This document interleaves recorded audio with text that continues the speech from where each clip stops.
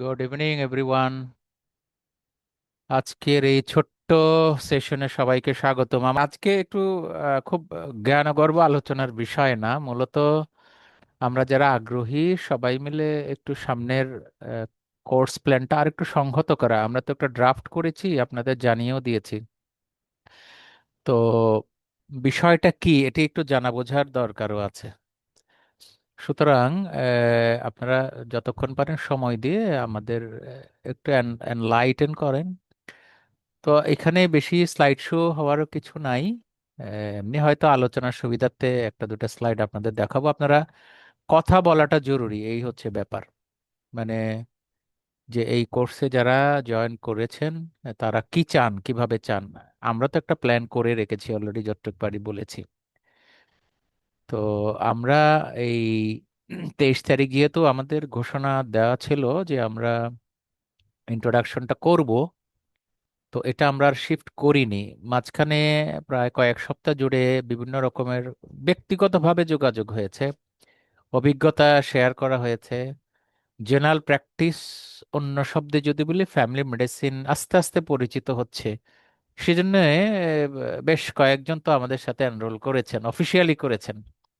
যদিও এনরোল করাটা খুব বেশি ব্যয়বহুলও নয়, কিন্তু নিজের আগ্রহটা প্রকাশ করেছেন। এতে আমরা কৃতজ্ঞ। আমাদের অনেক দূর যেতে হবে। যারা জিপিতে আগ্রহী আজকে আছেন এবং ভবিষ্যতে যারা আসবেন তাদের জন্য একটা ভালো কিছু করাই আমাদের চেষ্টা। ব্যক্তিগতভাবে আমি আমার অনেক আগে থেকে যে প্ল্যাটফর্মটা কাজের, এটা একটা ইন্টারন্যাশনাল ফরম্যাটে আমি কাজ করছি কয়েক বছর। এমআরসিপি, এমআরসি জিপি যদি বলি, এই সাবজেক্ট রিলেটেড কাজ করার। কিন্তু দেশের জন্য তো কম বেশি সবাই আমরা করছি। পরে যেটা ঘটেছে সেটি হলো এই কি করলে উপকারটা হবে এইটা বের করাটা একটু আমার একার জন্য কঠিন হয়েছিল। আমাকে ঠিক পরামর্শ দেওয়ার মতো লোকের যথেষ্ট ছিল এমন বলবো না, দু একজন আমার যারা সরাসরি স্টুডেন্ট হয়তো তারাই, তাদের কাছ থেকে বুদ্ধি পরামর্শ নেওয়া, আর কিছু কাজের অভিজ্ঞতা। কয়েক বছর ধরে 2020 সাল থেকেই আমরা সোশ্যাল অর্গানাইজেশনের সাথে, বিদেশে সিনিয়র কলিগদের সাথে একজোট হয়ে একটা ইউনিভার্সিটির সাথে মিলে মাঝে মাঝে কিছু ফ্যামিলি মেডিসিনের প্রোগ্রামও করেছি। আমার মনে হয় আজকে উপস্থিতের মধ্যে আমি যতটুকু মনে পড়ে ডক্টর আরাফাত আমাদের অ্যাক্টিভিটিজের সাথে ছিলেন কিছুটা। আপনি কি সেই ডক্টর আরাফাত, ডক্টর আরাফাত জি মোহাম্মদ? স্যার, আমরা ওই যে প্ল্যাটফর্মের সাথে ছিলাম। রাইট, ওই যে তাহলে আমি আমাদের ঠিকই কোর্সটা বুঝতে ছিল। পেরেছি। জি জি স্যার। জি, থ্যাংক ইউ যে আপনি জয়েন করেছেন। Thank you sir. আমাদের সেই কর্মী বাহিনীকে আসলে আমি মিস করি। মাঝখানে প্ল্যাটফর্মে লেখাজোখাও হয়েছিল এই বিষয় নিয়ে। তো যেটা বলতে চাচ্ছি সেটি হলো এই জেনারেল প্র্যাকটিসটা কি, এটি আমি একটু ভিডিও ক্লিপেও ওই প্রোগ্রামের সাথে, প্ল্যাটফর্মের সাথে বলেছিলাম যে এটি কোনো এমবিবিএস পাশ করে বাংলাদেশে বিএমডিসি সার্টিফাইড হওয়া মানেই একজন প্র্যাকটিশনার হয়ে গেলাম। বিশেষ করে জেনারেল প্র্যাকটিশনার বিষয়টা এমন নয়। সার্টিফিকেট পাওয়া মানে বিএমডিসি থেকে আপনি বা আমি, আপনি সবাই একজন লাইসেন্সড ডক্টর হলাম, যে আমি প্র্যাকটিস করতে আইনগতভাবে আমার কোনো সমস্যা নাই। কিন্তু আমি কি প্র্যাকটিস করব এটা তো স্পষ্ট না। এখানেই মূল বোঝার ব্যাপার আছে। যিনি ডিগ্রি করেছেন, বাংলাদেশি ডিগ্রি এফসিপিএস করেছেন, এমডি করেছেন যে কোনো একটা সাবজেক্টে, আর মেডিসিনে যদি বিদেশি ডিগ্রি বলি তাহলে এমআরসিপি নাম্বার 1 আসে। ওইগুলো যাদের করা আছে তারা ওই সাবজেক্টের স্পেশালিস্ট, প্র্যাকটিস করবেন। কিন্তু জেনারেল প্র্যাকটিস করতে তার যোগ্যতা কি এটা কিন্তু স্পষ্ট নয়। আমরা গত কয়েক বছর, ডক্টর আরাফাত জানেন উনি, তারপরে ওনার কলিগ যারা, আরো সাথে অনেকেই ছোট্ট ছোট্ট পরিসরে দেশের বাইরে আমার যারা বয়োজ্যেষ্ঠ ছিলেন তারাও আমরা কিছু কাজ করছি। ইভেন আমি লক্ষ্য করে দেখেছি যে এই ইয়ে ছাড়া ফ্যামিলি মেডিসিনে হয়তো কেরিয়ার নাই কিন্তু আগ্রহ আছে, এই সাবজেক্টটাকে বাংলাদেশে এস্টাবলিশ করার যথেষ্ট আগ্রহ আছে। সে আগ্রহ নিয়ে ওনাদের হয়তো ডিগ্রি করা না থাকলেও আগ্রহের কারণেও তারা এই প্রোগ্রামগুলো কিন্তু অর্গানাইজ করেছেন, এরকম একাধিক। তো সেখান থেকে মানে জিস্ট বের করে আনা যে আমরা কি করতে পারি, এটা আমার জন্য একটু একটু হলেও সময় সাপেক্ষ ব্যাপার ছিল। সেই অনেক মাস ধরে ওয়ার্কআপ করতে করতে অথবা আমার কয়েক বছরের অভিজ্ঞতার আলোকে এই কাজটা আমরা শুরু করেছি, করার চেষ্টা করছি এককভাবে। হ্যাঁ, তো আমরা আলোচনাতে যে কয়জন আছি দয়া করে আপনারা আমাদেরকে একটু মতামত দেন। যে কয়জন আছেন, ডক্টর মোতাসিম আমাদের সাথে বেশ অনেকদিন ধরেই আছেন আমি জানি, যদিও সামনাসামনি দেখা হয়নি আমার সাথে, মাঝে মাঝে কথা হয়েছে। ডক্টর মোতাসিম কি ফ্রি আছেন না চেম্বারে আছেন জানি না। আচ্ছা, আমি আসসালামু আলাইকুম স্যার, সালাম। আমি আলোচনাটুকুর সুবিধার জন্য একটা দুটো স্লাইড তৈরি করেছি, আর কিছু না। একটু সাথেই থাকেন। আমি কোর্সটা কিভাবে রান করবো আমি আসলে সেটাই বলার আমার মূল উদ্দেশ্য, এরপর আপনারা শেয়ার করবেন। আমি আজকে হঠাৎ করে এই কথাটা পিক আপ করলাম। আপনারা স্যারের নাম জানেন সবাই, আমাদের দেশের মানে একদম সবারই শ্রদ্ধাভাজন টিচার কম বেশি। হ্যাঁ, আমাদেরও টিচার, আপনারা হয়তো টিচার হিসেবে অনেকে সরাসরি ওনাকে পান নাই।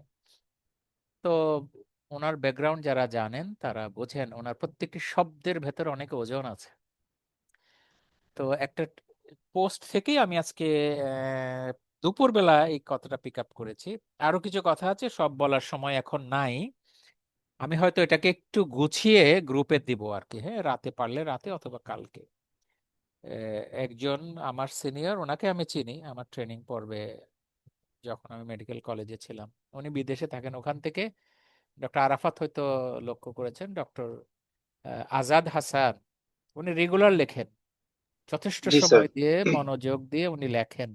এরকম লেখার লোক আমাদের দেশে নাই কিন্তু। হ্যাঁ, নিজের কাজ বাদ দিয়ে এইখানে বসে বসে সোশ্যাল মিডিয়াতে লেখা, প্ল্যাটফর্ম কিংবা বিডিএফ যেটাই বলেন, তারপরে এর উপর আবার কমেন্ট লিখে রিপ্লাই করা, এগুলো কে করেন? এই যে শ্রদ্ধেয় স্যার আতিক, প্রফেসর আতিকুল হক স্যারের কথা যদি বলি, ওনাদের এক একটি মিনিটের দাম যে কত, সবার জীবনের সময়ের মূল্য অনেক অনেক বেশি। কিন্তু আজকে উনি দেখলাম যে বেশ লিখেছেন, এবং আমি মনোযোগ দিয়ে পড়ে দেখলাম বিষয়টা ছিল অত্যন্ত প্রাইমারি কেয়ার সম্পর্কে। আপনারা এই স্লাইডটুকু পড়লে বুঝতে পারবেন। প্রসঙ্গটা শুরু হয়েছিল বাংলাদেশে নতুন করে জেলায় জেলায় কিছু মেডিকেল কলেজ স্থাপনা নিয়ে। সে আলোচনাটা আজকে অনেকের চোখে পড়তে পারে। সেখানে ডক্টর আজাদ হাসান যেটা লিখেছিলেন, উনি আমার শ্রদ্ধাভাজন, বেশ কয়েক বছরের সিনিয়র। তো ওনার কতগুলো প্রস্তাবনা ছিল, যারা পড়েছেন তারা বুঝেছেন যে বাংলাদেশে মেডিকেল কলেজ এস্টাবলিশ না করে প্রাইমারি কেয়ার অথবা সেকেন্ডারি কেয়ার গুলাকে আরো বেশি ডেভেলপ করা।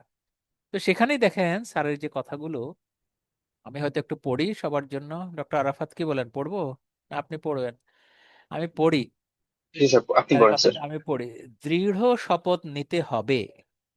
কি ব্যাপারটা? ব্যাপারটা হচ্ছে বিরাজমান মেডিকেল কলেজগুলোকে কমিউনিটি ভিত্তিক বিজ্ঞানসম্মত প্রাথমিক চিকিৎসা প্রদানে সক্ষম চিকিৎসক তৈরির উপযোগী করে পুনর্গঠন সম্পন্ন না করে সরকারি বা ব্যক্তি মালিকানাধীন কোনো খাতে একটাও নতুন মেডিকেল কলেজ অনুমোদন দেওয়া হবে না। মেডিকেল কলেজের উক্ত পুনর্গঠনের জন্য বৃহৎ বরাদ্দের প্রয়োজন বিবেচনায় রেখে মেগা প্রকল্প গ্রহণ করতে হবে। ওনার আরো মতামত আছে, ওগুলো আর গেলাম না। তাহলে আমি মনে করছি যে ওনার যে মেসেজটুকু এখানে, আমরা যে চিকিৎসক তৈরি করছি, যারা চিকিৎসক রিসেন্ট হয়েছেন বা 5 বছর আগে হয়েছেন, এমন যদি হয়, একজন এই ধরনের বিদগ্ধ স্যারের মন্তব্য অনুযায়ী আপনারা প্রাথমিক চিকিৎসা দেওয়ার জন্য সক্ষম ডাক্তার তৈরি হন নাই, অথবা আমাদের আগেও হয়নি। আমি যদি অর্থে ভুল বলে থাকি কেউ আমাকে শুধরাই দেন। ডক্টর আরাফাতকে একটু রিকোয়েস্ট করি, আপনি তো অনেকটা ম্যাচিওর হয়েছেন ভেবেছেন, ব্যাপারটা এমন নয় কি? জি স্যার, এটা একদম সত্যি কথা। কথাটা যেমন তো তাই। এই যে জি দেখেন, স্যার। চিকিৎসা প্রদানে সক্ষম চিকিৎসক তৈরির উপযোগী করে পুনর্গঠন সম্পূর্ণ না করে মানে কি? এটাকে পুনর্গঠন করতে হবে যেন প্রাথমিক চিকিৎসা বিজ্ঞানসম্মত পদ্ধতিতে হইতো তৈরি হতে পারে। আমাকে খুব স্ট্রাইক করেছে কথাটা আসলে, এই জন্য আমি সারাদিন ওই ওই ওই পোস্টটা পড়ছিলাম, একটু আগেও পড়েছি। এখন দেখেন এই জন্য হয়েছে, যখনই জিপি বলে একটা কোর্স ডিক্লেয়ার করা হয়, বিশেষ করে ধরুন আসুন আমরা ডার্মাটোলজি নিয়ে একটা কোর্স করছি, কথার কথা সে যেই করুক না কেন সবাই অনেকটাই হুড়মুড় খেয়ে পড়ছে। কারণ তারা বুঝতে পেরেছে তাদের এমবিবিএস লেখাপড়ায় ডাক্তার হওয়ার মতো যোগ্য হয়ে তারা গড়ে উঠতে পারেনি। তারপরে ধরেন পেডিয়াট্রিক্স এর দেখেছি, কিংবা ডায়াবেটোলজি, কার্ডিওলজিতে মনে হয় কিছুটা, একটা সিসিডি প্রোগ্রাম তো আগে থেকেই আছে অনেক দিন ধরে। সবাই ওদিকে মনোযোগী হয়েছে। তারপরে সাইকিয়াট্রিতে হয়তো বেশি কিছু অনেকে করতে পারছে না, কারণ সাইকিয়াট্রি এর লিটল বিট ডিফিকাল্ট সাবজেক্ট, কেমন। তো সেই জায়গাটুকু চিকিৎসা প্রদানে বিজ্ঞানসম্মত ডাক্তার যদি তৈরি করতে হয়, আপাতত আমিও বলবো আমার ছোট্ট জীবনের যে অভিজ্ঞতাটুকু হয়েছে মেডিকেল কলেজে শিক্ষকতার, সে আলোকে যদি বলি, এটি একদম অক্ষম, একদম অক্ষম, কোনোভাবে সক্ষম না। এই মেডিকেল কলেজ নাম দিয়ে বা যেভাবে হোক না কেন ভিন্ন কোনো কিছু যদি আদায় করাও যায়, কিন্তু উপযুক্ত ডাক্তার তৈরি হচ্ছে না, কেমন। এই কথাটা অনেকেই বলছেন, আমিও সবার সাথে একমত। তো সেখানে যারা পাশ করে এসেছে, আপনাদের আর পেছনে ফেরত যাওয়ার কোনো সুযোগ নাই। আপনাদের এখানে এসে মেকআপ করতে হবে। তো মেকআপ করতে গিয়ে যে ভাবনাটা এসেছে আর কি, হ্যাঁ, যে কোর্সটা আমরা প্রোগ্রামটা করতে চাচ্ছি, সেটার ইন্ট্রোডাকশন অংশে আমি এই স্লাইডটুকু দেখাতে চাচ্ছি আমরা কি করব। এই কোর্সের কন্টেন্টের মধ্যে আর কি ডিসকাশন, বইপত্র দেওয়া, নোট দেওয়া, তারপরে কেরিয়ার সম্পর্কে ওই কোর্স অবস্থায় আপনাদের যদি স্পেশালি জিপি কেরিয়ার, তার সাথে যদি অন্য কেরিয়ার নিয়েও আপনাদের কম্পারেটিভ ডিসকাশন থাকে, আমরা চেষ্টা করবো সেশনগুলোতে এই বিষয়গুলো নিয়ে কথাবার্তা বলতে। এরপর আমরা একটু ছোট্ট ইভালুয়েশনের মতো করে একটা চেষ্টা করব একটা সার্টিফিকেট যেন আপনাদের কাজে আসে। এবং এটুকু বলে রাখি, আমাদের একটা রেজিস্টার্ড অর্গানাইজেশন আছে কিন্তু, হ্যাঁ, যেটা নামটা হয়তো হুবহু আপনারা জানেন না, কাছাকাছি জানেন। মানে এটা আমরা সরকারিভাবে রেজিস্টার্ড, কাজে সার্টিফিকেট যে কেউ দিতে পারে। আপনিও একটা প্রোগ্রাম 5 দিনের 3 দিনের করে আপনি একটা সার্টিফাই করতেই পারেন, এতে কোনো কারো বাধা নাই। কিন্তু যিনি সার্টিফাই করছেন তাকে অন্যরা কিভাবে রেকগনাইজ করছেন তার উপরে আপনার সার্টিফিকেটের গুরুত্ব নির্ভর করে। তা আপনি যদি একটা ভালো প্রতিষ্ঠান থেকে সার্টিফিকেট পান, তাহলে এটা আপনাকে কেউ না কেউ মূল্যায়ন করবে আর কি, হ্যাঁ। তো যাই হোক, সার্টিফিকেট একটা গুরুত্বপূর্ণ বিষয়, এবং আমি মনে করি যে একটা আপনাদেরকে প্রলুব্ধ করার মতো একটা ব্যাপার আর কি, হ্যাঁ, একটা ডকুমেন্ট তো আপনি পেলেন। কাজেই আমরা যারা এই কোর্সের সাথে নিয়মিত থাকবেন, তাদেরকে আমরা একটা সার্টিফিকেট দেব। হ্যাঁ, নিয়মিত থাকা লাগবে, এটা কিন্তু জরুরি। এটা বিকল্প কি সেটা হয়তো পরে আলাপ করা যেতে পারে, কিন্তু এই প্রোগ্রামটা পুরোটা আপনাকে শেখার গুরুত্ব আছে। সেই আলোকেও আমরা একটু ইভালুয়েশন করব আর কি, হ্যাঁ। এবং ডক্টর আরাফাত তো জানেন যে আমাদের আগের যে কাজে আমি অ্যাক্টিভ ছিলাম, সেখানে কিন্তু একটা পরীক্ষা হতো। যারা পরীক্ষা দেন না তাদেরকে সার্টিফিকেট দেওয়া হয়নি। হ্যাঁ, পরীক্ষা আপনাকে অ্যাটেন্ড করতেই হবে। কাজে আমাদের সংখ্যা বড় ব্যাপার নয়, আমরা এটার কোয়ালিটি নিয়েই বারবার দিতে থাকবো আর কি। তো সেখানে আমরা আসলে টপিকস গুলো কি হতে পারে সেটা যদি বলি, মানে ডিসকাশন পয়েন্ট গুলা, এই পয়েন্ট গুলো যদি আপনারা একটু সময় দিয়ে দেখেন স্ক্রিনে, কষ্ট করে আমি পড়বো না, মনোযোগ দিয়ে দেখেন, প্রায় 20টা ক্লাসের করা হয়েছে। মানে তার মধ্যে 20 নাম্বারটা হয়তো এন্ড কোর্স ইভালুয়েশন লেখা হয়েছে, শেষের দিকে দেখেন। আর বাকিগুলো কিন্তু এক একটা টপিক। এই এক একটা টপিকে হয়তো বা একাধিক ক্লাস হওয়া প্রয়োজন হতে পারে। অলরেডি আমরা কিছু ক্লাস কিন্তু করে ফেলেছি, হ্যাঁ, এটা রেকর্ড করাও হয়েছে। যেমন ধরেন কনসালটেশন স্কিলের উপরে বেশ আগেই আমরা একটা বাংলায়, যদিও আমাদের ইংলিশে ইউটিউবেও আছে, বাংলা ভাষায়ও বোধগম্য করে একটা কনসালটেশন স্কিলের উপরে একটা সেশন করা হয়েছে। যেটা নিয়ে আমি হয়তো ব্যক্তিগতভাবে ইয়েতেও করি, ফেস টু ফেসও দু একজন ডক্টরকে নিয়ে মাঝে মাঝে অন রিকোয়েস্ট করি আর কি। তো সেটার রেকর্ড আপনাদের আমরা দিয়েছি, যারা রেজিস্টার্ড করেছেন তাদেরকে একটা ছোট্ট করে মডিউলের মতো আন্ডার প্রসেস আর কি, মডিউলটাও দেখাবো একটু করে এটা কিভাবে রান করবে, সেখানে একটা লিংক করে দেওয়া হয়েছে। তো এখন যেমন 1 নাম্বারটা হোয়াট ইজ জিপি, এটা নিয়ে বোধহয় আমরা বেশ ভালো আলাপ করেছি। তো আমরা যেই টপিকটা ডিসকাশন হয়ে গিয়েছে সেটা হুবহু আমরা আপনাদেরকে আবার শোনাবো না। আমরা তাহলে কি করব, আমরা আপনাদেরকে এটার একটা প্রি রিডিং হিসাবে ইন অ্যাডভান্স দিয়ে দেবো, অলরেডি যারা করেছেন তাদেরকে দিয়ে দিয়েছি। আমরা সেদিন এটার কিছু অ্যাডভান্স অ্যাক্টিভিটিস করব। যেমন ধরেন জেনারেল প্র্যাকটিস অথবা কনসালটেশন এরকম বিষয় আছে, তো প্র্যাকটিস নিয়ে আমরা যে আলোচনাটা করেছি, অনেকে ছিলেন, অনেকে যদি রেকর্ড শুনেন, তাহলে আপনি প্র্যাকটিসে কি করছেন, আপনার প্র্যাকটিক্যাল প্রবলেমটা কি, ওই আলোচনার আলোকে সেখানে কিভাবে প্রবলেমগুলো আপনি সলভ করছেন। আমার সাথে যদি আরো কোনো সিনিয়র জয়েন করেন, উই উইল ওয়েলকাম দেম। তারাও যদি তাদের মূল্যবান সময় দিয়ে একটু এনরিচ করেন, তারাও বলবেন। একটা ইন্টারেক্টিভ সেশন আমরা একটা কথোপকথনের কাজই করব, কোনোভাবেই আবার স্লাইড দেখিয়ে একই জিনিস করাটা সময়ের নষ্ট করার মতো বলে মনে হবে। এরকম যে কয়টা সেশন আমরা করেছি আমার মনে আছে যে এক নাম্বার আমরা করেছি কনসালটেশন স্কিল করেছি, ডিলিং ডিফিকাল্ট পেশেন্ট করেছি, ওখানে অনেকজনই ছিলেন। ব্রেকিং ব্যাড নিউজটা ডক্টর মোতাসিম কি বলতে পারেন আমরা মাঝখানে যে কিছু সেশন করেছিলাম ব্রেকিং ব্যাড নিউজ কি করেছিলাম? বোধহয় না, স্যার আমি ব্রেকিং ব্যাড নিউজটা পাইনি। পান নাই সম্ভবত। আমরা ওই ফিভার নিয়ে অথবা আর কয়েকটা বিষয়, শোল্ডার পেন নিয়ে মনে ক্লিনিক্যাল অ্যাপ্রোচ করেছিলাম না, জি স্যার, জি, জি কিছু স্যার। রোল প্লে করেছিলাম। ওগুলো আমরা মডিউল অ্যাড করে দেবো অ্যাডিশনাল ম্যাটেরিয়াল হিসাবে। কিন্তু আপনারা একটু লক্ষ্য করে দেখেন যে এখানে কোন একটা ক্লিনিক্যাল সিম্পটম নিয়ে আলোচনা নাই, এ হলো মূল বিষয়। এখানে অত্যন্ত কোর বিষয়গুলো, প্র্যাকটিসের মৌলিক বিষয় যেটাকে স্কেলেটন বলা যেতে পারে, সেগুলো আলোচনা আমরা করেছি। তাহলে ব্রেকিং ব্যাড নিউজ আমরা নতুন ভাবেই আলোচনা করব, এবং এটি নিয়ে আমরা রোল প্লে করব আসলে। হ্যাঁ, রোল প্লের সাথে আপনারা পরিচিত, যে একজন রোগী আসলে আমরা কিভাবে ডিল করব। আপনি যদি 50 বারও ব্রেকিং ব্যাড নিউজের টেক্সট পড়েন, কিন্তু আপনি যদি রোগীকে এটা ইমপ্লিমেন্ট করতে না পারেন, ওই পড়া বেশি কাজ দিবে না।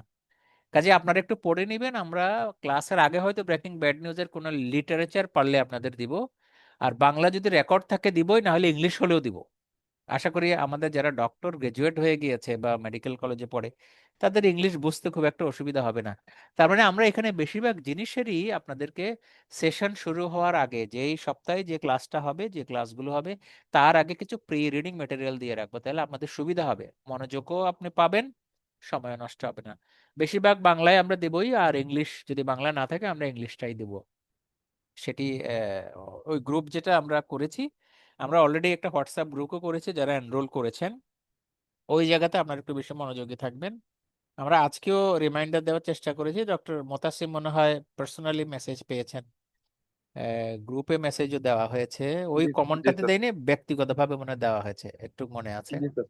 তো গ্রুপটা আমরা অ্যাক্টিভেটেড রাখবো আর কি, মেসেজগুলো দিতে থাকবো। তাহলে দেখেন নিচের দিকে টেলিকনসালটেশন, এটা তো হয়ে গিয়েছে, এটা তো অনেকে ছিলেন, সবাই হতে ছিলেন না।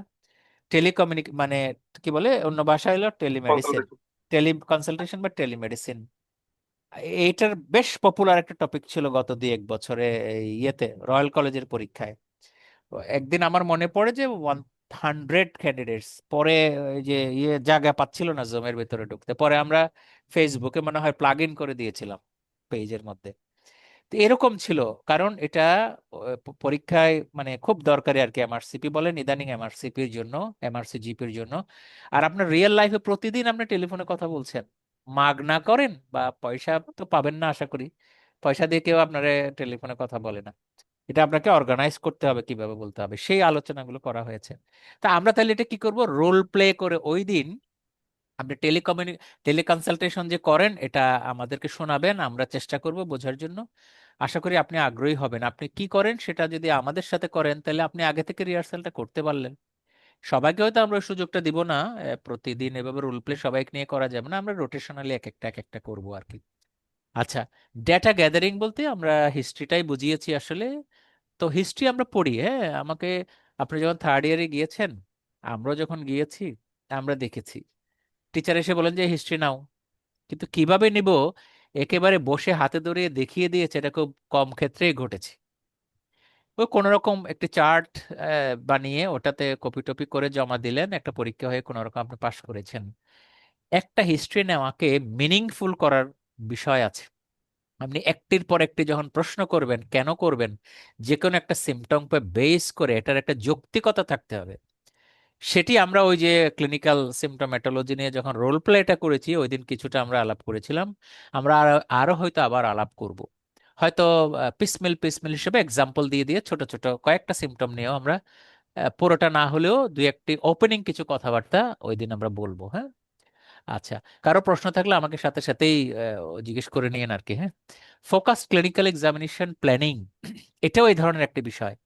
আপনি এক্সামিনেশন শিখেছেন, এক্সামিনেশন কার্ডিওভাস্কুলার শিখেছেন, রেসপিরোলজি শিখেছেন, মানে অ্যাবডোমেন এক্সামিনেশন, চেস্ট এক্সামিনেশন শিখেছেন, কিন্তু ফোকাস করা শিখেননি। এটা আমি একদম অ্যাবসলিউটলি বলতে পারি আমার অভিজ্ঞতা থেকে। তার কারণ এমবিবিএস পরীক্ষায় এই ফোকাস করাটা নিয়ে কোনো পাস ফেল নির্ভর করে না, আপনি করতে পারলেই হয়ে গেল যদি এক্সামিনার খুশি হন। কিন্তু হিস্ট্রির পরে আপনার সামারি করার পরে এক্সামিনেশন প্ল্যান করতে হয়, তারপর আপনি করবেন। কাজে আপনি যখন চেস্ট এক্সামিন করবেন আপনার সবটুকু করতে হবে না। আপনি যখন অ্যাবডোমেন এক্সামিন করবেন আপনার সবটুকু করতে হবে না। ইভেন অনেক রোগীর কোন রকমের এক্সামিনেশনে, ক্লিনিক্যাল এক্সামিনেশন বলতে গেলে করতে হবে না, শুধু ভাইটালসটা দেখতে হবে। তাই করেন না ডক্টর বিল্লাহ, মোতাসেম বিল্লাহ, চেম্বারে? জি স্যার। ঠিক জি কিনা স্যার, বলেন তো? এতেও অবশ্যই কোনো স্যার। আপত্তি নাই। আপনি যে চোখে দেখছেন, বসে বসে অবজারভেশন করছেন, it is a part of the examination. তারপর আপনি ভাইটালস দেখলেন, ওনার সিমটম গুলো এমন, আপনার আর কোনো এক্সামিনেশন এক্সট্রা করতেই হবে না। তাহলে এক্সামিনেশন কেন শোয়ে শোয়ে এত বেশি করবেন? করা প্রয়োজন হবে না। জিপিদের করাই লাগবে না, যারা স্পেশালিস্ট তারা শোয়াইয়ে ওই জায়গাটুকু উনি দেখতে পারেন। তো এই যে কাজটুকু, এটা আমার বানানো বিষয় না, এটা সারা বাংলাদেশে নয়, সারা পৃথিবী জুড়ে ইন্টারন্যাশনালি যেহেতু আমি কাজ করি, ওখানে পরীক্ষার স্কিলের মধ্যে এই কথাটাই লেখা আছে, ফোকাসড ক্লিনিক্যাল এক্সামিনেশন। তো কাজেই এটা খুবই গুরুত্বপূর্ণ একটি বিষয়। তো এটি যে ভাবনার জগৎটাকে নাড়া দিতে হবে এটার জন্য, এগুলো আলোচনা ছাড়া সম্ভব না। এটা আপনাকে লিখে বোঝাতে গেলে যে জিনিসটা আপনি 5 ঘন্টা পড়ে বুঝবেন, সেটা আপনি যদি ডিসকাশনে আসেন, এটা আধা ঘন্টা 1 ঘন্টায় অনেকটাই মূলনীতি আপনি বুঝে ফেলবেন। আমরা সেই চেষ্টা করব এখানে, হ্যাঁ। তারপরে ম্যানেজমেন্ট প্ল্যানিং, আমি এই জায়গায় একটু গ্যাপ দিয়ে বলতে চাই, ইনভেস্টিগেশন কিন্তু আপনার ম্যানেজমেন্টের আগের বিষয় নয়। কেমন? যেমন আমাদের এমবিবিএস পরীক্ষায়, আমি যতদিন পরীক্ষায় অ্যাটেন্ড করেছি বা পরীক্ষা নিয়েছি, আপনারা অনেকে হয়তো নেন অথবা দিয়েছেন, লং কেস যেটাতে থাকে খাতার মধ্যে সবারই ট্রেন্ড, মানে ট্রেন্ডিং অথবা টেন্ডেন্সি, হিস্ট্রি লিখলেন, এক্সামিনেশন লিখলেন, তারপরে কি লেখেন? তারপরে কি লেখেন কেউ বলেন? যারা রিসেন্ট পরীক্ষা দিয়েছেন এমন যদি মনে পড়ে, কেউ একজন বলেন তো, হিস্ট্রি, এক্সামিনেশন, তারপর কি লেখেন? প্রভিশনাল ডায়াগনোসিস, তারপরে? ডিফারেন্সিয়াল ডায়াগনোসিস, তারপরে? এরপরে স্যার হচ্ছে আহ, ইনভেস্টিগেশন আর এরপর প্ল্যাটফর্ম ম্যানেজমেন্ট। আ- এখন এরপর আরেকটা কনফিউজ হয়ে সাম আপ গেলেন কেন? করে, এরপর আরেকটা সাম আপ করে স্যার, সেলিয়েন্ট ওই ফিচার, যে সেনেল সেলিয়েন্ট সেনেল সেলিয়েন্ট ফিচার, ফিচার ফিচার। করছে। হ্যাঁ সেলিয়েন্ট ফিচার। তারপরে? তারপরে হচ্ছে স্যার ওই যে treatment, investigation and treatment. And বলেন কেন, একটা একটা বলেন না, তারপরে কি সেলিয়েন্ট ফিচার পরে? Investigation sir. ইনভেস্টিগেশন, তারপরে আপনি ট্রিটমেন্ট ট্রিটমেন্ট। বা ম্যানেজমেন্ট ট্রিটমেন্ট। লেখেন, তাই না? আচ্ছা, জি স্যার। জি স্যার। ইনভেস্টিগেশন হবে আসলে আপনার ম্যানেজমেন্টের একটা পার্ট। হ্যাঁ, একটু ডিফারেন্টলি বলছি। আপনি যদি একটু অ্যাডভান্স লেভেলের ওই ইয়েগুলো দেখেন, পরীক্ষা পদ্ধতিগুলো বিশেষ করে রয়্যাল কলেজের, ওখানে দেখবেন ইনভেস্টিগেশন হচ্ছে আপনার ম্যানেজমেন্টের একটি অংশ। আপনি সেলিয়েন্ট ফিচার পর্যন্ত তো আপনাকে বুঝতে হবে। এই যে সেলিয়েন্ট ফিচার যে বললেন না লাস্টে, এই যে এক্সামিনেশনের পরে, এই সেলিয়েন্ট ফিচার কিন্তু প্রথম থেকেই শুরু করতে হবে। হিস্ট্রির যে অংশ আছে, হিস্ট্রিটাকে সেলিয়েন্ট ফিচার আপনার মাথায় নিতে হবে আগে। এই অভ্যাসটুকু আমরা করি না, আপনারা কিন্তু বললেন, আমি নিজেও দেখেছি। হিস্ট্রি যদি আপনি সেলিয়েন্ট ফিচার করতে পারেন, তারপরে আপনি এক্সামিনেশনের প্ল্যানটা করতে পারেন। এক্সামিনেশনের ফাইন্ডিং পরে যে সেলিয়েন্ট ফিচার করলেন, এটার সাথে হিস্ট্রি মেলানোর পরে তারপরে আপনি ইনভেস্টিগেশন প্ল্যান করবেন। তাহলে আপনার ইনভেস্টিগেশন রেশনাল হবে, পারপাসফুল হবে। না হলে হবে কি, বইয়ে যে 15টা ইনভেস্টিগেশন আছে এক একটা ডিজিজের, আপনি 15টাই করাবেন না বুঝে। এবং আমি কিছুটা লক্ষ্য করে দেখেছি, আমি সরাসরি বলতে চাই না, বিভিন্ন একাডেমিক অ্যাক্টিভিটিস গুলোতে মানে স্ক্রিনশট নেওয়া কিংবা কপি করার একটা টেন্ডেন্সি আছে। সো ইনভেস্টিগেশন যে করা হচ্ছে, এটা বই থেকে কপি করে এনে তুলে দেওয়া হলো, এই এই পরীক্ষাগুলা ইনভেস্টিগেশন প্ল্যানে থাকে। এই প্ল্যানিংটা খুব ইম্পর্টেন্ট। প্ল্যানের মধ্যে সবটা থাকবে না, প্লাস ওই বক্সের বাইরে আরো ইনভেস্টিগেশন যুক্ত হতে হবে। কারণ আপনি তো একটা ডিজিজের ইনভেস্টিগেশন পড়ে আসছেন বইতে, হ্যাঁ, একটা বক্স দেখেছেন, কিন্তু আপনি তো একজন রোগী ডিল করছেন, ওনার ওই রোগটা ছাড়া তো আরো বিষয় থাকতে পারে এডিশনাল, তখন ওই ইনভেস্টিগেশনের বাইরেও আপনি চলে যেতে হবে। এই জন্য এটাকে মিনিংফুল করা লাগবে। এই জন্য আমি লিখেছি যে ইনভেস্টিগেশন প্ল্যানিং। তার মানে এটা আসলে আপনার অ্যাকশন প্ল্যানের একটা অংশ। এই অ্যাকশন প্ল্যানটাই মূলত ম্যানেজমেন্ট প্ল্যানিং। তার মানে ম্যানেজমেন্ট প্ল্যানিং এর একটি অংশ হচ্ছে ইনভেস্টিগেশন প্ল্যানিং। এখন যদি বলি, ইনভেস্টিগেশন তো সব রোগীর জন্য লাগবে না। কোন রোগীর যদি কাউন্সেলিং লাগে, তার ইনভেস্টিগেশন লাগবে কেন? ওকে বুঝিয়ে বললেই তো হয়ে গেল। যে কোনো একটা ব্যাপারে ওর আপনার কাছে আসছেন, হ্যাঁ, উনি টিকা দিতে চাচ্ছেন, তাহলে তার পরীক্ষা নিরীক্ষা করে টেস্ট করতে হবে কেন? এই যে হামের নিয়ে আপনার প্রাইমারি ফিজিশিয়ান মা বাবাই আসলেন যে বাচ্চার হামের টিকা দিবেন কি দিবেন না এই আলোচনা করতে আসছেন শুধু, আর তো কিছু নাই। তো এই যে ম্যানেজমেন্টটুকু ইনভেস্টিগেশন দিয়ে শুরু হয় আর কি। তার মধ্যে একটা কাউন্সেলিং স্কিল যেটা নিয়ে আমরা সবাই সাফার করি, রেফারেল নলেজ, প্রেসক্রিপশন রাইটিং। আপনারা অফিসিয়ালি কি কেউ রেফার করেন? ডক্টর মোতাসিমও যদি বলেন, ডক্টর আরাফাত জানি না কি অবস্থায় স্যার আছেন, মানে ডিজিটাল রেফারেল স্যার কি কাউকে দেন? স্যার আমি সার্জারির, স্পেশালি সার্জারির পেশেন্ট গুলো স্যার সাধারণত রেফার করি। আপনি তো করেন, আমি বলছি ডিজিটাল, আপনার সফটওয়্যার দিয়ে কাউকে রেফারেল নোট না পাঠান, ওখান থেকে না না রিপ্লাই না, আসে? না না সফটওয়্যার না সফটওয়্যার না দিয়ে করা হয় না স্যার। করা হয় না, হসপিটালেও করা হয় না, আমরা ওই হসপিটালে কাগজে করা হয় লিখেই না, করা লাগে। কাগজে লেতে মানে আমরা ওইভাবে হ্যাঁ, লিখে দিই রেফার টু রেফারেল অমুক, ফর্ম। এভাবে না, রেফার টু অমুক সামওয়ান। ওই হসপিটালের ক্ষেত্রে স্যার ওই যে রেফারেল ফর্মে সুন্দর করে একটু ডিটেলস সহ লিখি আর কি, কিন্তু ইনডোরে করেছেন সেটা, ইনডোরে। ইনডোরে, কিন্তু চেম্বারে না স্যার। চেম্বারে ওই রেফার টু মানে কোনো হ্যাঁ, প্রসিডিউর ফলো করি না আর কি স্যার। হ্যাঁ, রেফার টু অমুক তো it is not the way. এটা ইয়েস স্যার। যেমন ওয়ে না, আবার আপনি যে রাস্তা দিয়ে রেফারেল পাঠালেন এটাও ওয়ে না। এই যে আমরা স্বপ্ন দেখছি একদিন না একদিন বাংলাদেশের রেফারেল সিস্টেম চালু হবে, সেদিন জিপিরাই রেফার করবে রোগী, স্পেশালিস্টরা জিপি রেফার করা রোগী দেখতে বাধ্য হবেন, এবং সেই রোগীর ফিডব্যাক দিতেও স্পেশালিস্ট বাধ্য হবেন। আমি কোনো একদিন ওই এই যে মোতাসিম ছিলেন মনে হয়, পাঠশালা পরিকল্পনা নিয়ে আলাপ করেছি গত 1 মাসের মধ্যে কোনো জি একদিন। স্যার, জি স্যার। সেখানে কিন্তু এই রেফারেল পয়েন্টটা আছে। তো এই রেফারেল কিন্তু ডিজিটালাইজ হবে, এমন এটা সম্ভব। আমরা অনেকে ডিজিটাল কি বলে ওটা ইউজ করছি না, সফটওয়্যার বিভিন্ন কোম্পানি যে দিচ্ছে ব্যবহার করছে, সেখানে কিন্তু আমার হাতে যেটা আছে সেখানে একটা ডিজিটাল রেফারেল সিস্টেম আছে। আমি যখন বিদেশে কাজ করেছি সেখানে ওই রেফারেলটা তো স্ট্রং ছিল না বলে ওটা আমরা ইউজ করতে পারি নাই, এটা আস্তে আস্তে চালু হচ্ছিল তখন, যে এখানে আমি কাজ করছিলাম। কিন্তু বাংলাদেশেও ওই সিস্টেমটা আছে, এবং ওটা নিয়ে আমারও তারা সাপোর্ট নিয়েছিল, যারা এক কোম্পানি এটা এস্টাবলিশ করছিল, ডেভেলপ করছিল। সেখানে ডিজিটাল রেফারেল, ঘরের মধ্যে আপনি ডক্টরের নাম লিখে যার সাথে আপনার কানেকশন আছে তাকে রেফার করবেন, ওনার কাছে একটা মেসেজ যাবে, উনি দেখবেন যে এই জিপি রোগী পাঠিয়েছেন, এবং আপনি একটা টাইম খুঁজবেন, টাইম খোঁজার পর উনি টাইম দিবেন যে ওই রোগীকে এত তারিখ অতটার সময় পাঠান। কিন্তু আপনি যদি ইমার্জেন্সি মেসেজ দেন, তাহলে ইমার্জেন্সি উনি একটা টাইম দেওয়ার চেষ্টা করবেন, এটা আপনার সাথে দ্বিপাক্ষিক আলোচনা সাপেক্ষে হবে। তো এটা সম্ভব বাংলাদেশে, হ্যাঁ। তো এর জন্য না আমাদের প্রস্তুতি দরকার।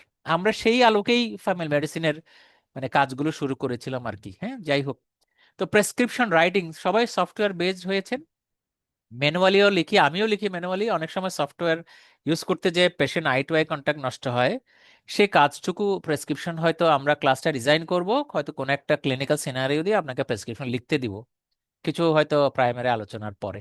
মানে আমি বলতে চাচ্ছি যে বেশিরভাগ ক্লাসগুলো হাতে কলমে যেন শেখা যায়, অনলাইনের ভেতরে থেকে যতটুকু পারা যায় ওই আলোকেই হবে আর কি, হ্যাঁ। তাহলে এই পর্যন্ত হলো আপনার প্রেসক্রিপশন রাইটিং এর পর্যন্ত, মূলত স্কিল বেসড, হ্যাঁ, একদম পিওর। সেখানে আরেকটু যদি অ্যাড করি যে এই স্কিল বেজের জন্য আপনার বেশি বইপত্র পড়তে হবে না। কেমন? অন্যান্য কোর্সের ডিফারেন্সটা বলছি, হ্যাঁ। অন্যান্য কোর্সগুলোতে আপনাকে যেই পড়ান না কেন আপনাকে বাসায় যেতে আবার পড়তে হবে, বই খুলতে হবে, কারণ আপনি এমবিবিএস এটা গ্যাপ করে আসছেন। না হলে এগুলা রিফ্রেশার কোর্সের মতো মনে হচ্ছে যে এমবিবিএস এ পড়েননি আবার আপনি পড়ছেন।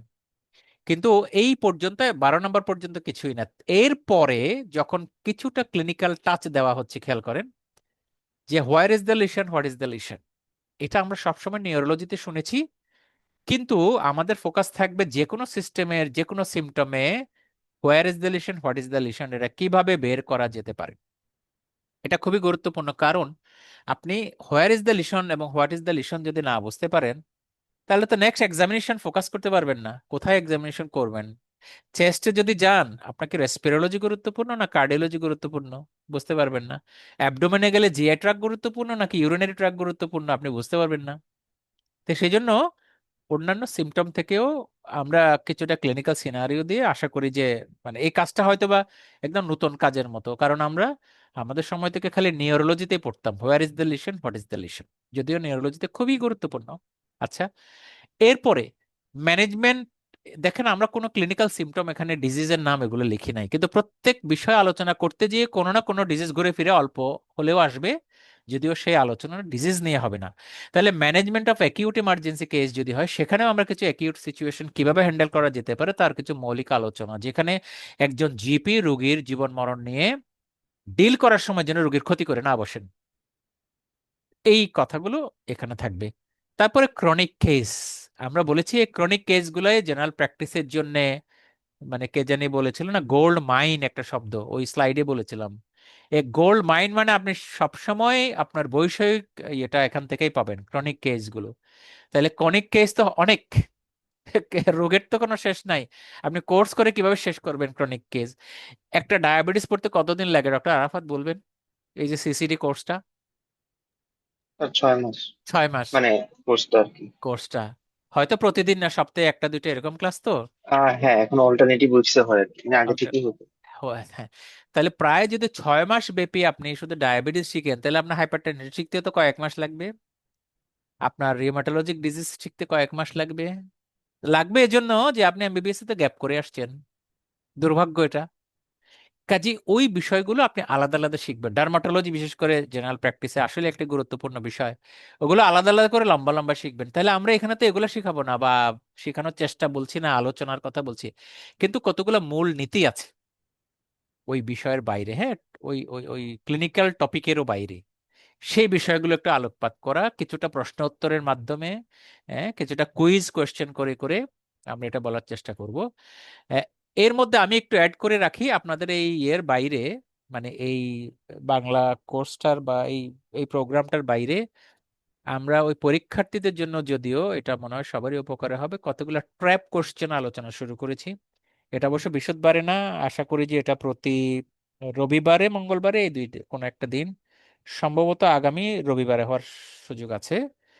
তো যেমন আমরা গতদিন আলাপ করেছি ischaemic heart disease related trap question. Trap question মানে আসলে আমাদের ক্লিনিক্যাল প্র্যাকটিসের জন্য এক ধরনের ট্র্যাপ। ট্র্যাপ মানে বুঝতে পারছেন, ফাঁদ, আপনার জন্য সমস্যা।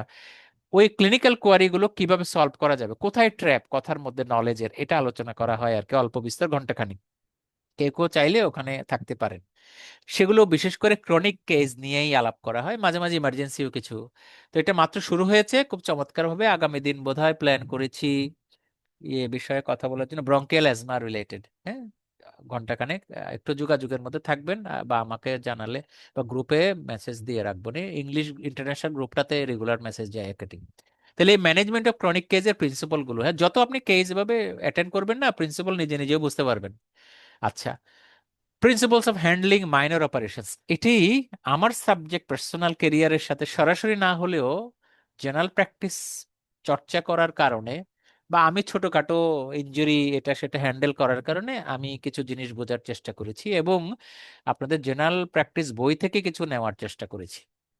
এখন আপনি যদি চান যে আপনি সার্কামসিশন শিখবেন, আমি তো এটা শেখাতে পারবো না। আপনাকে হাতে কলমে গিয়ে ওই সার্জনের সাথে ওটিতে দাঁড়িয়ে দাঁড়িয়ে শিখতে হবে। আপনাকে এমনি বই পুস্তক পড়িয়ে পড়িয়ে গল্প করে কি সার্জারি কেউ শেখাতে পারবে? আরাফাত, ডক্টর আরাফাত সার্কামসিশন করতে পারেন? জিজ্ঞেস করছি। জি স্যার। পারেন? জি স্যার। গুড। আমার কোনো লজ্জা নাই, আমি কিন্তু পারি না। পারি না মানে আমি শিখতে চেয়েও শিখি না, আমার সবসময় অ্যাটেনশন ছিল মেডিসিনে, কথার কথা, হ্যাঁ। তা আমার কোনো বেশি অ্যাট্রাক্ট করে নাই, ওভাবে স্কোপও তৈরি করতে পারি নাই। তা আমি তো সার্কামসিশন না, অনেকে পারবে না।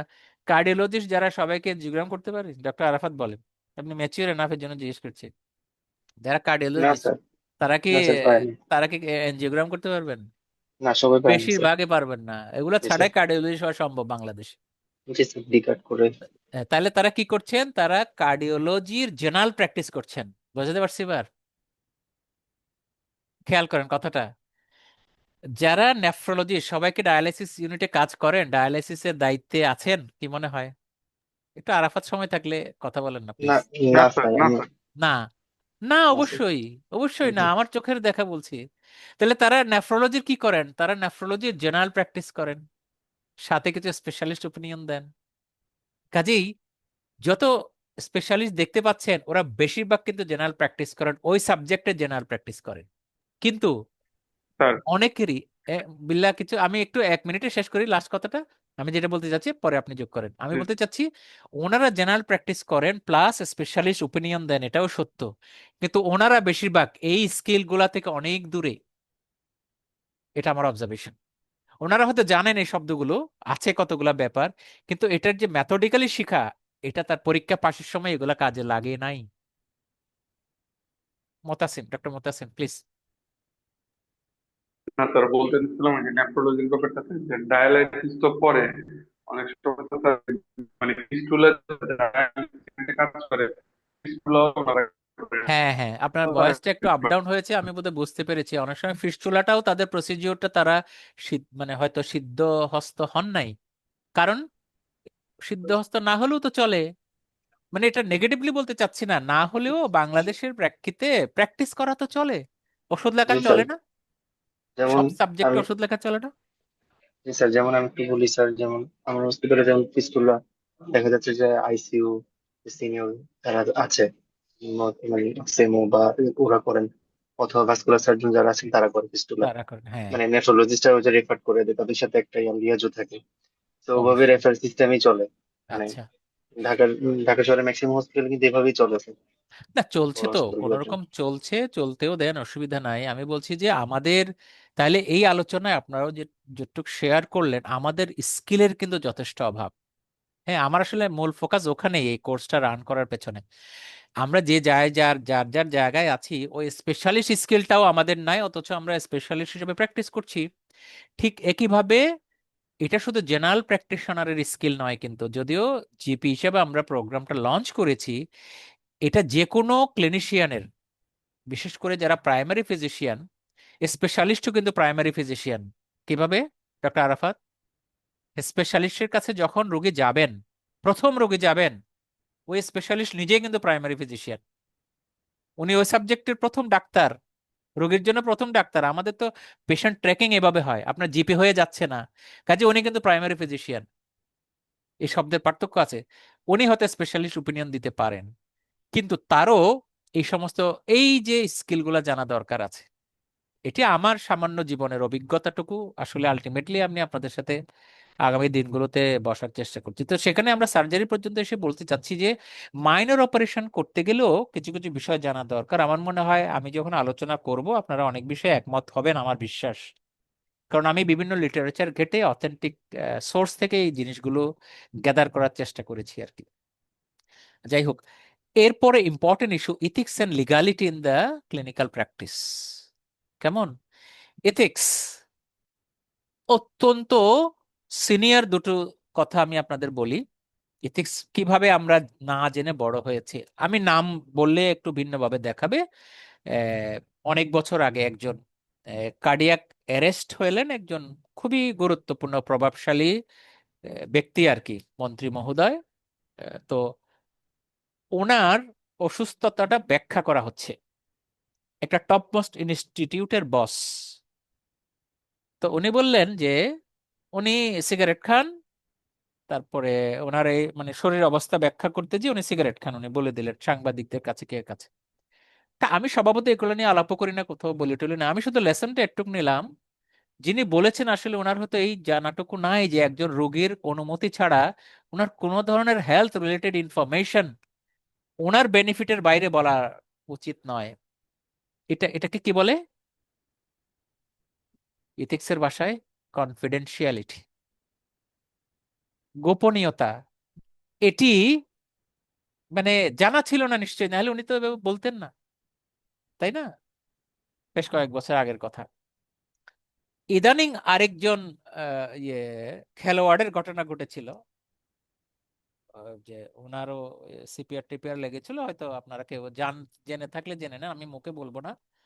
ওনার ব্যাপারেও যখন একজন স্পেশালিস্ট ব্রিফ করছেন, উনি সম্ভবত সিগারেট খাওয়ার কথা বলেছেন। তখন আমার একই জিনিস মনে হলো, one of the top most physician in country working in the leading hospital in Bangladesh. তাহলে আপনি যখন শ্রোতা হিসেবে শুনলেন, আপনাকে একটু খারাপ লেগেছে না যে ওই ব্যক্তি, উনি সিগারেট খান? আপনার মনে মনে একটু কেউ কেউ ঘৃণা হতে করেছে, তাকে পছন্দ করে না, তো গালিও দিয়েছে। এভাবে কিন্তু করা যায় না, উচিত নয়। তো এই জায়গায় যথেষ্ট গ্যাপ আছে। এথিক্স এর ব্যাপার, আর একটা হচ্ছে লিগালিটি, আইন ব্যাপারটা, চিকিৎসা করতে যে আইন। পুলিশ কেস যে বলা হয়, আমরা তো ঘাবড়াই যেতাম যে এই রোগী ডিল করলে মনে হয় পুলিশ আসবে, আমাকে বাঁধবে, জেলে নিয়ে যাবে, এরকমই তো ধারণা করেছি। প্রাইভেট মেডিকেল কলেজ বলেন বা প্রাইভেট সেন্টার গুলো তো পুলিশ কেস ডিল করে না তো। সরকারিতে চলে যান বলে, তাই না? ডক্টর আরাফাত এটা ফেস করেছেন কোনো সময় কোনোখানে পুলিশ কেস? জি স্যার, আমি, হ্যাঁ, কারণ আমি তো যেখানে আমি ডিউটি করি ইমার্জেন্সিতেই করি, হ্যাঁ, সেখানে তো এটি আসে, এভাবে পেশেন্ট সেট আসে। করা আছে, পুলিশ কেস সেট বললে করা আছে আমরা স্যার। নেগলেক্ট করছি কেন? জি স্যার। আমি আসলে করি স্যার। ওই কেস ডিল করার জন্য যোগ্য হয়ে উঠি নাই। লিগ্যাল ব্যাপারটা ফেস করার যেমন নাই, ওই কেস যে কেউ পয়জনিং কেস নিয়ে আসছে ওগুলো ম্যানেজ করার জন্য আমি রেডিও না। মানে ডিশোল্ডারিং করার, তাহলে কিসের মানবতার সেবা করছি কথার কথা। আর যদি আপনি পুলিশ কেসও হয়, যদি করতে বাধ্য হন গভর্নমেন্ট কলেজে, আপনার তো নিয়ম কানুনও জানতে হবে। আমি হয়তো ডিটেল আইন কানুন বলতে পারবো না, কিন্তু কিছু কিছু সিম্পল ইস্যুজ আছে যেগুলো হয়তো জেনারেল প্র্যাকটিসে লাগবে, সেইগুলো বলার চেষ্টা করব। তার মধ্যে ড্রাইভিং ইস্যু আছে, কিন্তু আপনারা হয়তো অজান্তে অনেক আত্মীয় স্বজনকে ড্রাইভিং লাইসেন্স দিয়েও ফেলেছেন, আমি জানি না ডক্টর আরাফাত, সরি। মানে না জেনে, স্যার চোখে দেয়া হয়। দেখেও না, কিছুই দেখেন না, আপনি সাইন করে দিয়ে দিয়েছেন কারণ সে বন্ধু আত্মীয়। উনি লালও দেখেন না, কি বলে ওই যে ট্রাফিক সিগন্যালে আর কি আছে না, লাল, হলুদ, সবুজ, কিছুই বুঝেন না, অথচ আপনি দিয়ে দিয়েছেন তার ভীষণ নর্মাল। আরো কি কি থাকে না, ভীষণ ছাড়া মনে হয় কানের টানের আরো কিছু থাকে। তো এই যে করলেন কথার কথা, আপনি এখন ওই লোককেই তো বিপদে ফেলেছেন, আত্মীয় হোক না কেন। আপনি হয়তো চক্ষু লজ্জায় বলেন, এই লজ্জায় বলেন, this are some legal issues. আর আপনার চিকিৎসার জন্য তো একটু ড্রাইভিং একটু করে বলছি আর কি, কাউকে ড্রাইভিং করতে নিষেধ করতে হবে। আপনারা যারা প্র্যাকটিস করে আসছেন এতদিন পর্যন্ত, বেশিরভাগই আপনারা এটা করেন না। এটা আমি সরিলি বলছি। হয়তো জিজ্ঞেসও করেন না যে ভাই আপনি কি করেন, অথবা যদি বলেন যে ড্রাইভিং করেন, আপনার ক্লিনিক্যাল ইনফরমেশনটা ড্রাইভারদের সাথে কোরিলেট করতে হয়তো শিখানো নাই। বোঝাতে পেরেছি ডক্টর আরাফাত? এটা যথেষ্ট সম্ভাবনা বলে আমার মনে জি হয় আর কি। হ্যাঁ, তো এগুলো কিন্তু চার্ট করা আছে। হ্যাঁ, আমাদের সেদিন আমার একটা সেশনে বলি, আমি শুনে খুব ভালো লেগেছে, এই কয়েকদিন আগে শ্রীলঙ্কান একজন ডক্টর, উনি এমআরসিজিপি এর অস্কি পরীক্ষার্থী আর কি, আমার সাথে ওই ইয়ে করছিলেন, আমি তো রোল প্লে করি। এই যে পরীক্ষা শুরু হয়েছে বোধহয় আজকে থেকে না কালকে থেকে, উনি শ্রীলঙ্কান, ওখানে পরীক্ষা হবে, তো ড্রাইভিং রিলেটেড একটা ইস্যু আসলো। তো ওখানে একটা পরামর্শ দিতে হয় যে আপনার ড্রাইভিং বন্ধ রাখতে হবে, এটা আইন।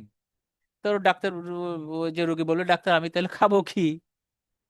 তখন আমার ধারণা ছিল বাংলাদেশে তো খাবো কি বললে তাকে বলবো যে ভাই আপনি ওকে আত্মীয় স্বজন থেকে ধার কর্জ করেন, লোন করেন না ওখান করেন, নাহলে একটা পানের দোকান দেন গরিব রুগীলে, এই তো। কিন্তু উনি বললেন যে স্যার আমাদের তো দেশে ভাতা দেওয়া হয়। আমি বলি যে ওয়েস্টার্নে ভাতা দেয় জানি, আমাদের দেশে তো ভাতা দেয় না। বলে যে আমাদের দেশে ভাতা দেয়। আপনি কল্পনা করতে পারেন শ্রীলঙ্কার মতো কান্ট্রি, যেখানেও এরকম বিপ্লব অভ্যুত্থান টভ্যুত্থান কত কিছু হয়ে তারা নতুন করে পরিবর্তিত হয়ে গিয়েছে না 1-2 বছর আগে, কিন্তু ওদের শিক্ষিতের হার নিয়ার 100%। আপনার জন্মের হয়তো অনেকেরই জন্মের আগে থেকেই তারা এখন ওটা মেনটেন করেছে। তা আমি খুব ভালো লাগলো আর কি ওই দিন শুনে যে ড্রাইভারদেরকে ওরা সরকারি ভাবে ভাতা দেয় যাদের এরকম লাইসেন্স স্টপ করে। তা আমাদের দেশেও কিন্তু এটা অসম্ভব না। আর আপনারা জানেন যে ওই ড্রাইভিং লাইসেন্সিং অথরিটির কাণ্ড কারখানা এগুলো যারা গাড়ি টাড়ি আছে তারা জানেন। তো হোয়াট এভার, এই প্রসঙ্গ আর না বাড়াই ওইদিকে। তো এই যে লিগাল ইস্যুস গুলো আছে, তাই না? তো এই এই আলাপ করা, বিশেষ করে ড্রাইভিংটা বেশি গুরুত্বপূর্ণ হয় আর কি। হ্যাঁ, আরো দু একটি কথা হয়তো চেষ্টা করে বলবো, আপনারাও আপনাদের অভিজ্ঞতা সেদিন শেয়ার করতে পারেন। হ্যাঁ, আই উইল লার্ন ডেফিনেটলি। আপনারা এটা ভাববেন না যে I will be totally teacher there. আমি টিচার না, অন্য ভাষায় আমরা এখন বলি ফ্যাসিলিটেটর। শব্দটা টিচার হয় না, it's a very big word. আমি আপনার লেখাপড়াটা আমার কাছ থেকে ফ্যাসিলিটেট করব এবং আমিও শিখবো। হ্যাঁ, এরকম অনেক বিষয়। তো এই হলো মূল বিষয়। লাস্ট হচ্ছে এভিডেন্স বেসড মেডিসিন। আমরা কথায় কথা বলি না যে কি বলে, এটার এভিডেন্স কোথায় যে আপনি দিচ্ছেন ওষুধ যে কাজ করবে, সেই এভিডেন্স মানেটা কি, এটা আমরা হয়তো অনেকেই বুঝি না। কেমন, ডক্টর আরাফাতকে বারবার বলছি প্লিজ ওনারা মাইন্ড করবেন না যে একজন মাইক ওপেন করেন। আমার মনে ডক্টর তানবীরকে আমি চিনতে পেরেছি, আগে আমার সাথে কথা হয়েছে। ডক্টর তানবীর, যদি আমি ভুল না করে থাকি, যদি একদম নতুন না হন, মাইকটা অন করবেন। জি স্যার। হ্যালো, আপনার সাথে কথা হয়েছিল না আগেও কোনো সেশনে? জি স্যার, কথা হয়েছিল fine sir. Fine, thank you. এবার একটু আপনি থাকেন। এই যে এভিডেন্স বেসড মেডিসিন, আপনি গ্রাজুয়েশন হয়ে গেছে কয় বছর হলো ডক্টর তানবীর? আবার কিন্তু মাইক অফ হয়ে গিয়েছে আপনার। ডক্টর তানবীর, কোনো কারণে অফ হয়ে গেলেন? আর কেউ কি একটু অন হয়েছে? ঠিক আছে। ডক্টর তানবীর, আপনার গ্রাজুয়েশন অনেক বছর হয়ে গেছে না? কত জি স্যার। বছর হলো, কয় বছর হলো? স্যার স্যার 5 বছরের উপর। 5 বছর যথেষ্ট হয়েছে। তো এই যে গ্রাজুয়েশনের আগে বা রাউন্ডের সময় অথবা পোস্ট গ্রেড কোনো ট্রেনিং এ আমাদের স্যাররা যখন বলেছেন এই ওষুধটা দাও, আমরা দিয়ে দিয়েছি না? জি স্যার। আমরা দিয়ে দিয়েছি। আমরা কোনোদিন ভেবেছি যে স্যারে এই যে ওষুধটা দিতে বললেন এটার কোনো এভিডেন্স আছে? আমরা ভাবি নাই। কারণ আমার কাছে মনে হয়েছে কি আমার স্যারে যা বলেছেন he or she is always right, ব্যাপারটা এমন ভেবেছেন। কিন্তু বাস্তবতাটা ভিন্ন। আমরা অনেক সময় বলতে শুনেছি দেখেছি, আচ্ছা স্যারা তো এটা দিতে দেখেছি আমি ওটা দিচ্ছি। আপনি লিটারেচার খুলে দেখেন, এভিডেন্স বলতে যা বুঝে খুলে দেখেন, ইট ইজ নট ট্রু। উনি ওনার পছন্দ মতো দিয়েছেন অথবা ওনার অভিজ্ঞতা থেকে দিয়েছেন যে এটা দিলে রোগী ভালো হয়। এরকম অনেক অনেক ভুরি ভুরি উদাহরণ আমি বলতে পারবো। ইভেন আপনার যদি বলেন নিউমোনিয়ার চিকিৎসা, আপনার বইতে দেখবেন একরকম, প্র্যাকটিসে দেখবেন অন্যরকম। এটা অলরেডি গাইডলাইন যেমন আছে, বলে যে গাইডলাইন, ওয়েস্টার্ন গাইডলাইন, এটা যেমন আছে আপনার মেডিসিন বইতেও আছে। আপনারা কার্ব 65 শব্দটা শুনেছেন নিউমোনিয়ার জন্য। ওই কার্ব 65 করে যে অ্যান্টিবায়োটিক গুলো সেট করা হয়েছে সেটির প্র্যাকটিস কয়জনে আমরা করি? ভর্তি রোগী যারা ডিল করেন, ইনডোরে ডিউটি করেন, তারা বুঝবেন, একটু মিলিয়ে দেখবেন। মিল নাই। কেন মিল নাই? যিনি প্র্যাকটিস করছেন উনি তো অন্য অ্যান্টিবায়োটিক দিয়ে অভ্যস্ত, এবং যে কোনো একটা অ্যান্টিবায়োটিক ইমপ্রুভমেন্ট হতেই পারে, হয়তো সেটা অত্যন্ত দামি অ্যান্টিবায়োটিক যেগুলাকে আমরা বলছি যে এগুলো প্রিজার্ভ করার জন্য দরকার, সেগুলো লিখে রোগী ভালো হবে নি, ভবিষ্যতের মায়া, ভবিষ্যতে কি হবে এটা না ভেবে আমি আমার রোগী ট্রিট করছি আমার মতো করে, ওটাও আপনি শিখলেন। এই ধরনের এক্সপেরিয়েন্স যাদের শেয়ার করে, অনেকটা বলা যায় একেবারে তলার লেভেল আর কি, বটম তলার অভিজ্ঞতা, এটাকে বলে এভিডেন্স লেভেল ই। এক টার্মিনোলজি এটা, যদিও একটু ভিন্নভাবে 1 2 3 করা হয়েছে। তো ABCDE এই ধরনের যদি বলি, একদম ই মানে এক্সপার্ট ওপিনিয়ন, সবচেয়ে নগণ্য এভিডেন্স এটা। আর যেটাকে বলে এটাকে বলে মেটা অ্যানালাইসিস করে সামারি করা। তো এই যে বিষয়টা আছে, এটি সম্পর্কে আমাদের একটু ধারণা দরকার আছে। আর একটু বলি, বইপত্রে যে ইনফরমেশন গুলো আসে ডেভিডসন মেডিসিন বা সার্জারিতে ট্রিটমেন্ট ইনভেস্টিগেশনের যে ব্যাপারগুলো, এগুলো কিন্তু মেটা অ্যানালাইসিস, এটা কারো ব্যক্তিগত অভিমত না। কাজে বই পুস্তকে যা আছে এটা অনায়াসে আপনি প্র্যাকটিস করতে পারেন।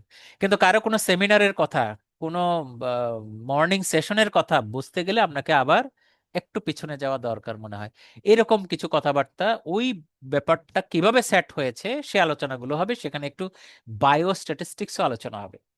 তো আপনারা অহরহ সেন্সিটিভিটি স্পেসিফিসিটি এই কথাগুলো শুনে থাকতে পারেন, সেগুলা ব্যাপারটা কি এবং কিভাবে কাজে লাগাতে হয় সে আলোচনা। এছাড়া আল্লাহ চায় তো এই কোর্স করতে করতে শেষের দিকে আমরা আরো কিছু মিসসেলেনিয়াস ইস্যু আপনাদেরও যদি মনে পড়ে আমরা এগুলো বলার চেষ্টা করব। সেটা হয়তো একদিনে শেষ হবে না, 2 দিনও নেওয়ার সুযোগ আছে, রিক্যাপিচুলেট করার সুযোগ আছে। কাজেই এখানে 19টা টপিক যদিও বা ক্লাস নাম্বার লেখা হয়েছে, মূলত এটা 20+ সেশনে পরিণত হওয়ার সম্ভাবনা বেশি। এছাড়া ডান দিকে কিছু টপিকস আছে, এগুলা কিছু হয়ে গিয়েছে বা না হয়নি, এই যেমন হোম ভিজিট হয়নি, হয়তো আমরা এডিশনাল এগুলো নেওয়ার চেষ্টা করব, একদিনে হয়তো কয়েকটা নিতে পারলে নিলাম, আর না হলে আলাদা আলাদা আলাপ করব আর কি। তো এই হচ্ছে মূলত কন্টেন্ট, এবং আমার মনে হয় যেন এই বিষয়গুলো আপনাদের কাছে একটু এক্সেপশনাল মনে হবে।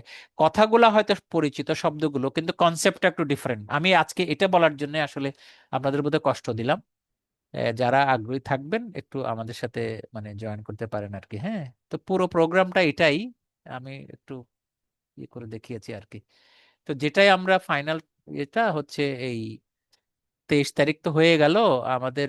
এইখানে আপনারা জেনেছেন খুব অল্পই একটা ইয়ে করা আছে, এনরোলমেন্ট ফি। তাহলে live lecture role play, it will be very interesting. এটা খুবই চমৎকার একটা লার্নিং মেথড। হ্যাঁ, ডক্টর আরাফাত ছিলেন কিনা ওই প্রোগ্রামটাতে? আমি যে করতাম ওই ইউনিভার্সিটি হেলথে, আপনার অনেক কলিগ আহ আছিলেন। স্যার, আমি কিছুদিন আপনাকে ইয়াতে মানে এটা করতে দেখেছিলেন না? হেল্প করেছিলাম, হ্যাঁ দেখিয়েছিলাম রোল স্যার। প্লে এরপরে ওখানে করা হতো, হ্যাঁ রুল হ্যাঁ। পেতে, হ্যাঁ রোল প্লে এরপরে করা আর হতো। ছিলাম না। জি স্যার। আচ্ছা, আমি ওই অনলাইনেও রোল প্লে গুলো বাংলায় কিছু করেছি, আর আমার তো ইংলিশ প্ল্যাটফর্মটা মূলত এই রিলেটেড অস্কি যেটা করা হয় আর কি। হ্যাঁ, আর এমআরসিপি দিয়ে শুরু করেছিলাম, আমাদের যে ছোট্ট একটা ক্লাসরুম আছে ওখানে সামনাসামনি করতাম। তো অনেকে এখন নিজেরাই রোল প্লে করে, অনেকে এখন মেন্টর হয়ে গিয়েছে, বিদেশেও চলে গেছে। ভালো লাগার ব্যাপার। এমআরসিপির অবশ্য এমআরসিজিপি মাত্র শুরু হচ্ছে বাংলাদেশে, অনেকে এটা সম্পর্কে জানতো না। আস্তে আস্তে তো রেকর্ড যে বললাম, এভাবে রেকর্ডস এবং এই প্রোগ্রামের রেকর্ড আমরা রেখে দেব কয়েক মাস। এটা শেষ হলেও আরো কয়েক মাস যেন আপনারা দেখতে পারেন। লার্নিং ম্যাটার তো আছেই, পিডিএফ করা, ইভেন বিভিন্ন রকমের ভিডিও আর সার্টিফিকেট তো একটা বললাম। এই হচ্ছে আমাদের আসলে উপজীব্য। আপনাদের একটু যদি কিছু জিজ্ঞাসা থাকে আমাকে এখন আলাপ করতে পারি আর কি। হ্যাঁ, এই ফাঁকে একটু ওই আপনারা আছেন যে কয়জন, আমি এটা বোধহয় অনেকেরই জানা নাই, এই যে বাংলা ইংলিশে আমাদের যে কতগুলো ইউটিউব এবং ফেসবুক, হ্যাঁ একটু সুযোগ দেন, 10 সেকেন্ড আমি ইয়েতে এই কি বলে পেস্ট করে দিলাম আর কি চ্যাট বক্সে। কেউ আগ্রহ হলে 2-1 মিনিট একটু ক্লিক করে জয়েন করে ফেলতে পারেন, বা পেন্ডিং থাকলে আমরা অ্যাকসেপ্ট করতে পারবো। তো এরপরে আমি এই যে মডিউলটা একটু দেখানোর চেষ্টা করি। এই মডিউলটা শুরুটা বা ফেজটা এরকম অনলাইন মডিউল, এটা এখনো প্রস্তুত নয়। আপনারা কারো কথা থাকলে এর মধ্যে আপনারা শুরু করে দিতে পারেন, অসুবিধা নেই, আমার কথার ফাঁকেও আমি থেমে যাব। তো এই মডিউলটার আস্তে আস্তে যোগ হবে, যেগুলো করা হয়ে গেছে আমি এগুলো লিখেছি আর কি। হ্যাঁ, এবং প্রত্যেকটা ক্লাসের পরে একটা একটা আপডেট হবে, এবং প্রতি ক্লাসের পর পর বা সপ্তাহান্তেও যদি বলি, এটার আপডেটেড কপিটা গ্রুপে দেওয়া হবে, আপনারা এটাই ডাউনলোড করে ওগুলো শুনতে থাকবেন। তো এখানে এই যে কিছু এডিশনাল টপিকস থাকবে, আর আস্তে আস্তে টপিকগুলো এখানে যুক্ত হতে থাকবে আর কি। হ্যাঁ, তো এটি কিভাবে রান করে যদি বলি, আমি সরি এতে চলে গেছি, আমি স্ক্রিনটা একটু মডিফাই করি, একটু করে সময় 1 মিনিটে বোধহয় আমি শেষ করতে পারবো এটা। শেয়ার, ডক্টর আরাফাত, এখন কোনো স্ক্রিন বোধহয় দেখা যাচ্ছে মনে হয় না। না স্যার, না হ্যাঁ, এখন দেখা যাচ্ছে না। আচ্ছা, আমি এবার ওই শেয়ারিং অপশনটার একটু মডিফাই করে নিচ্ছি আর কি, যেন ওটাও দেখতে পান। এখন কি দেখতে পাচ্ছেন কিনা বলেন তো একটু। জি স্যার। হোল স্ক্রিনটা দেখতে পাচ্ছেন না? তো এই হলো মডিউলের মোটামুটি একটা প্রথম পৃষ্ঠা আর কি। আমরা একটা 4 ওয়ার্ডস যুক্ত করব, এগুলো লিখতে তো সময় লাগে, একাই করি তো। তো এই ইনিশিয়েটিভের মধ্যেই এইটা হলো প্রথম পেজ। তারপরে যে কন্টেন্ট গুলা অনেকটা এভাবে সাজানো হয়েছে। হোয়াট ইজ জিপির আন্ডারে অলরেডি বক্তৃতা হয়ে গেছে বাংলায়। হ্যাঁ, এইগুলাই দিয়ে দিয়েছি এই মডিউলে। যে কেউ চাইলে আজকেও কালেক্ট করতে পারেন, ক্লিক করে করে শুনতে চাইলে শুনতে পারেন। আর এই জায়গায় দেখবেন যে ইয়ে হাত আছে, কিন্তু এরকম এরকম হ্যান্ড আসে না এখানে, এটারও হ্যান্ড, আবার হ্যান্ড চলে গেল, মানে এখানে আমরা এখনো লিঙ্কটা দেইনি আর কি। হ্যাঁ, লিঙ্কটা দেইনি। তো এখানে কিছু মানে ইউটিউব বা গুগল ড্রাইভ মিলে করা। তো হোয়াট ইজ জিপি, তারপরে কনসালটেশন স্কিলের এই যে আছে লিঙ্কটা, তারপরে আরেকটু পরে এসে ডিলিং পেশেন্ট, হ্যাঁ ডিফিকাল্ট পেশেন্ট, টেলি কনসালটেশন, এগুলো লাগিয়ে দেওয়া হয়েছে। এইভাবে যত ক্লাস হবে প্রত্যেকটাকে লিঙ্ক আপ করে আপনাদের দেওয়া হবে আর কি। হ্যাঁ, তো আল্লাহ চাহে তো যখন আমাদের কোর্সটা শেষ হবে তখন এটা পরিপূর্ণ হবে। তখন আপনারা আপনাদের কাছেই তো থাকবে, আরো কয়েক মাস আপনারা এটা রাখতে পারবেন। কেমন? এবং তবে এটা যারা আসলে এনরোল করবেন তাদের জন্যেই এই ব্যবস্থাটুকু থাকবে, আমাদের যত ফ্যাসিলিটিস গুলো আছে যোগাযোগের, এটাই বাস্তবতা এই বৈষয়িক জীবনে। কিন্তু ক্লাসটা আশা করি যে সবার জন্য আমরা উন্মুক্ত রাখবো, এই এরকম টপিকসটা। তা আমার আলোচনা আসলে এখানে শেষ। ডক্টর মোতাসিম একটু অ্যাড করবেন কিনা? আপনি তো অনেকদিন অবজার্ভ করে যাচ্ছেন, ডক্টর আরাফাতে জয়েন করেছেন, আপনি একটু পরে বলতে পারেন। ডক্টর মোতাসিম মানে আমাদের জন্য স্যার কিছু আসসালামু পরামর্শ আলাইকুম। দেন অর্গানাইজার হিসাবে, বা আপনারা কিভাবে না এই স্যার, কোর্সটা এনরিচ করার জন্য রোল ব্যাপার প্লে হচ্ছে করতে পারেন সেটাও বলেন। সরি।